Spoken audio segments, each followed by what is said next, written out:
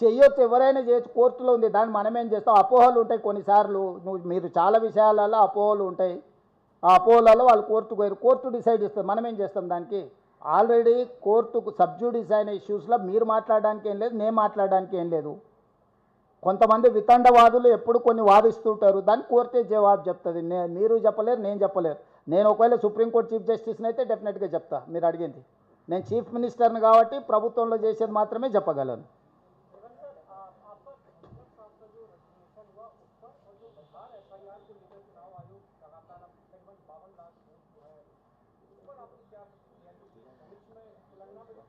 नहीं, जो धनखड़ जी का रिजिग्नेशन अब किस लिए किया मुझे पता नहीं, वो unfortunate.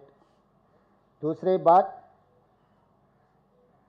Vice president of India Telangana को देना है,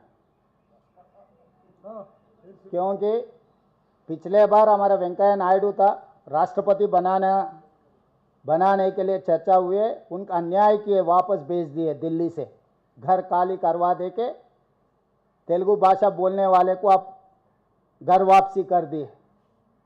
तो उसको सुधारने के लिए हमारे बंडारू दत्तात्रेय जी का खाली हरियाणा गवर्नर का जिम्मेदारी खत्म हो गए, और बंडारू दत्तात्रेय जब केंद्र मंत्री था, उनका केंद्र मंत्री खींच लेके किशन रेड्डी को दे दिए। हमारा बंडी संजय जी अध्यक्ष था, आज ब्राह्मण रामचंद्र राव को दे दिए। तो साउथ और खासकर तेलंगाना में जितने भी ओबीसी है, सबका गला काट दिए एनडीए ने। सो 100 खून माफ करने के लिए दत्तात्रेय जी को वाइस प्रेसिडेंट बनाया तो ठीक रहता है, क्योंकि तेलंगाना को आप इतना अन्याय नहीं कर सकते। देश में हिंदी के बाद दूसरी भाषा तेलुगु ज़्यादा बोलने वाले, पहला हिंदी है, दूसरा तेलुगु है, तीसरा बंगाली है। तो साउथ पर्टिकुलर तेलुगु हमारे लोगों को अन्याय किए।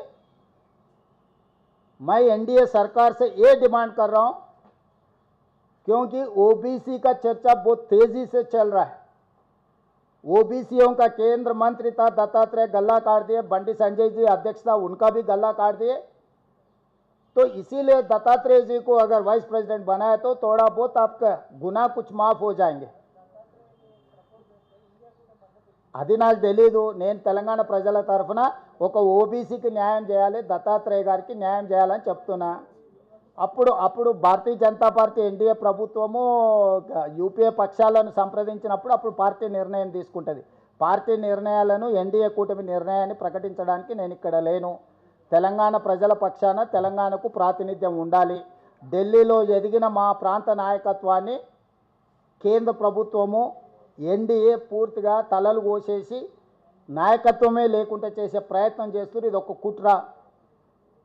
ఆ కుట్ర తెలంగాణ ప్రజలు గమనిస్తున్నారు. కాబట్టి దత్తాత్రేయ గారు లాంటి వాళ్లకు వైస్ ప్రెసిడెంట్ ఇస్తే సౌమ్యుడు, అందరు ఆమోదయోగ్యం ఉంది. మొన్నటికి మొన్న ఉన్న గవర్నర్ పదవి కూడా దత్తాత్రేయ గారిని తొలగించిండ్రు.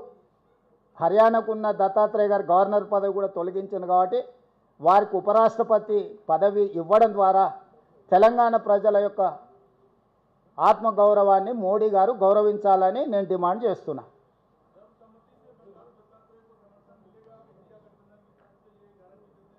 अभी मोदी जी खत मुझे लिखे तो मैं ज़रूर जाके पूछूंगा कि एनडीए अलायंस से चलो भाई, हमारा तेलंगाना वासी है, दत्तात्रेय ठीक ठाक आदमी है, इनको मदद करने के लिए मैं कोशिश करूंगा। मगर मैं वादा नहीं कर सकता हूं, क्योंकि ये एआईसीसी लेवल पे चर्चा करना है. AICC has to decide all this such thing. This is not in my purview, but definitely on behalf of Telangana, definitely I will request my leadership. తెలియదు, అవన్నీ పార్టీ నిర్ణయం తీసుకోవాలి. కాంగ్రెస్ తెలంగాణ ఎంపీలు, కేరళ ఎంపీలు ఇట్లా సపరేట్ ఉండరు. కాంగ్రెస్ ఎంపీలు అంటే కాంగ్రెస్ ఎంపీలు, కాంగ్రెస్ పార్టీ నిర్ణయం తీసుకుంటుంది.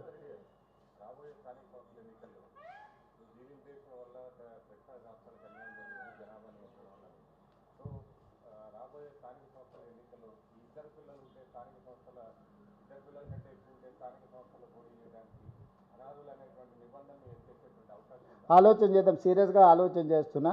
మా పార్టీలో 5 మంది పిల్లలు ఉన్న వాళ్ళకుంటే వాళ్ళకి మొదటి ప్రాధాన్యత ఇస్తా టికెట్ ఇచ్చేటప్పుడు. बोलो क्या बोल रहा?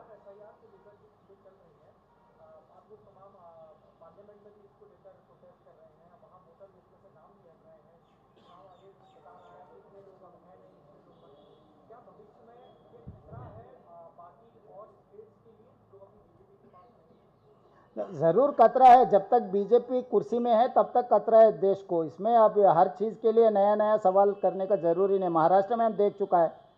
आने वाले महाराष्ट्र जो प्लानिंग है, प्रोसेस है, गुजरात